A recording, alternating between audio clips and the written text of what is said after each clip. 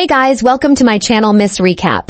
The opening scene features a man named Milo Stanfield who is suffering from autism spectrum disorder, or ASD. He is seen standing on a street of New Jersey, keeping an eye on a woman in a nearby flower shop. In the midst of this, he also seems to be doing some complex calculations related to the timing of events happening in his surroundings. Milo notes the approach of a passenger bus, a pothole, a street artist, and a bicycle rider speeding. Following these observations, he crosses the street and strategically places a pen on the top of a mailbox adjacent to the pothole. Soon after, his planned chain reaction takes place. A taxi runs over the pothole, splashing the water on the pen, causing it to fall to the ground. This captures the attention of the street artist, who then walks forward to pick up the pen. At the same moment, the speeding cyclist collides with the artist, which results in him striking the mailbox and falling on the fruit stand nearby. Chaos ensues in the street, diverting the attention of everyone, including the bus driver. As a result, he does not notice the traffic light turning red and hits the same woman crossing the road, killing her on the spot. And people say math isn't dangerous. Milo then walks away from the scene after confirming that his plan went smoothly. The scene then cuts to an FBI special agent, Olivia Dunham. She works for the Fringe Division of Homeland Security, specializing in paranormal phenomena. Olivia seems to be returning back to work after a long gap due to her head injury. As soon as she enters the Fringe headquarters, she is greeted by one of her fellow officers, Charlie, who is the supervisor of the team. In the meantime, the chief of the agency, alternate Bishop, is talking to one of the lab assistants, Philip Broyles, regarding Olivia's return. Philip says that she is a doppelganger named Olivia and expresses concern if they can integrate an imposter in their team. Here, it is revealed that Olivia, who is inside the office, is not the real one. She is in fact an imposter who has been brought to fulfill the place of the original one. Alternate then reveals his motivation behind keeping Olivia in this universe and implanting the real Olivia's memories into her. He claims that Olivia is the only one who can travel between universes without any harm. Alternate wants to figure out how she can do so. For this, he says that they must make her believe that she belongs here. Philip asks, what if her new identity does not hold? To which the chief replies that she will no longer be necessary after that. Afterwards, Charlie briefs the team on the seemingly random bus accident, which he claims to have happened 2 times in this week. The victim has died in each case. He then asks his crew to be careful before going for the site investigation. A short while later, the FBI team arrives at the accident site and splits up to search for any leads or clues. The investigation is led by another FBI agent named Lincoln Lee, whose face appears to be ruined by burn marks. Charlie inspects the body and uses her fingerprint to retrieve her further details. She eventually finds out that the deceased woman's name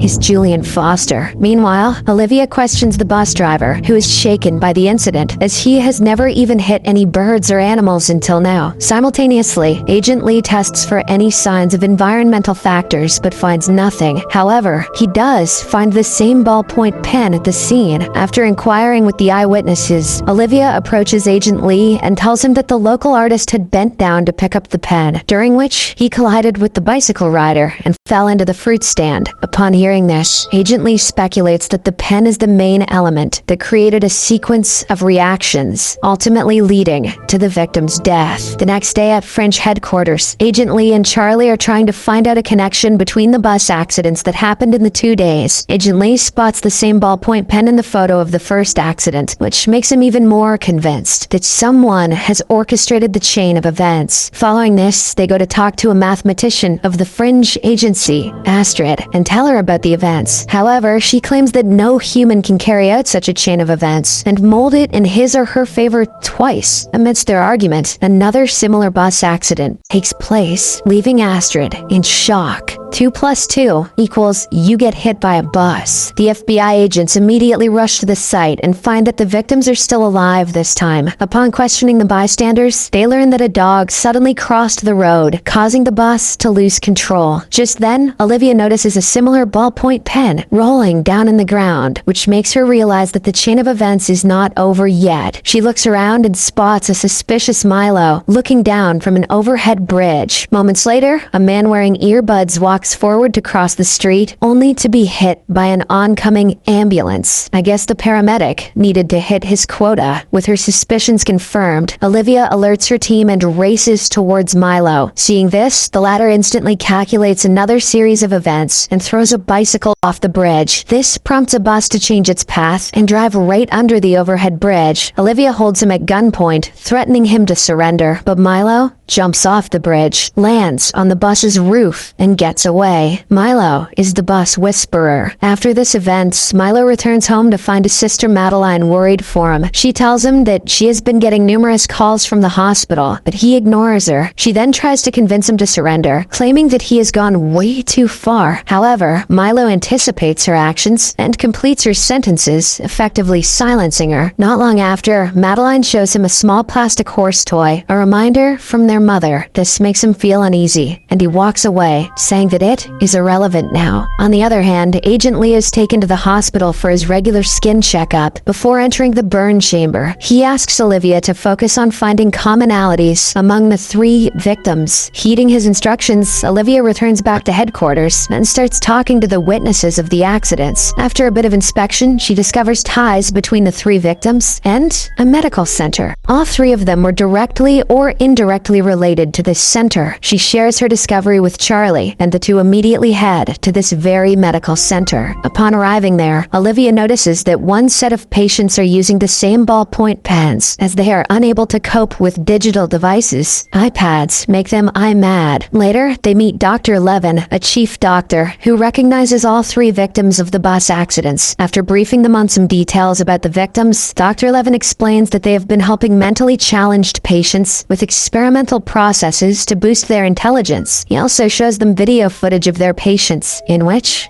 Olivia spots Milo. Upon inquiring about him, Dr. Levin responds that he is one of their patients who also went through the same drug trial that boosted his IQ exponentially. He goes on to say that Milo was released from the hospital under supervision of his sister, and that he was scheduled to return back in order to reverse the experimental process. But now, he is not responding to their calls, and he is killing everyone who is trying to take control of him. After learning about Milo's sister, the FBI agents decide to pay her a visit. Unbeknownst to them, Milo is keeping a close eye on Olivia, noting every single pattern of her movements and predicting her next move. Later on, Charlie and Olivia arrive at Milo's place, where they are greeted by Madeline. They ask her about Milo's whereabouts, but she claims to be unaware of them. Sensing that she is hiding something, the agents tell her about the crimes he has committed and how dangerous it is to let him roam free. While Charlie goes to investigate Milo's room, Olivia shares about her late sister, revealing how they used to care for one another. This comforts Madeline enough to share more details about her brother. She explains that Milo is able to predict the outcome of numerous events down to the smallest detail, and that she can break Milo's concentration only by showing him the toy horse. Whenever he sees Bullseye, he gets a Woody. Olivia eventually manages to persuade her to disclose anything she knows, emphasizing that they are concerned for civilians, as well as Milo's safety. Madeline then hands her a note revealing the location of the hotel that Milo is currently staying at. After this, Olivia and Charlie discuss plans with Astrid on how to capture Milo. However, they soon realize that any plan would be futile because he can predict their every move. As a result, they opt to approach the hotel directly without any backup.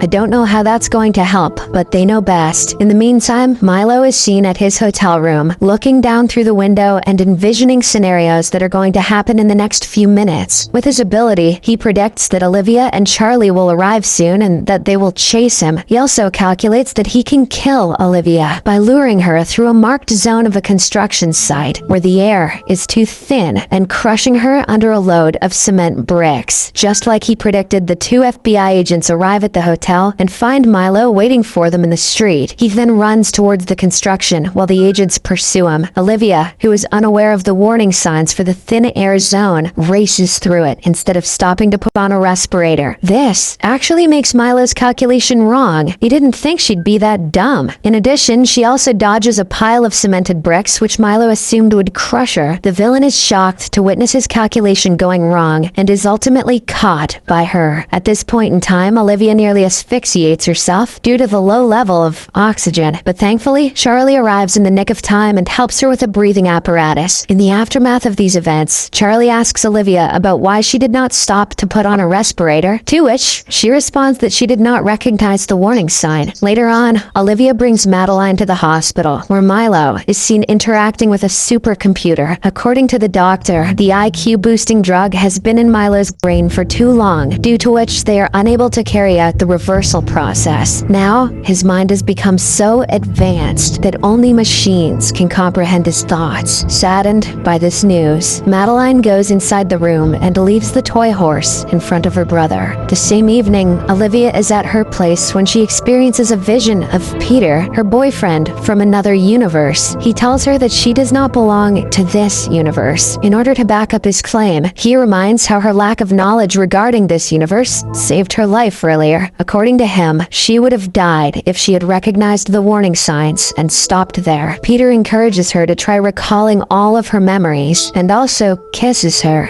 before vanishing.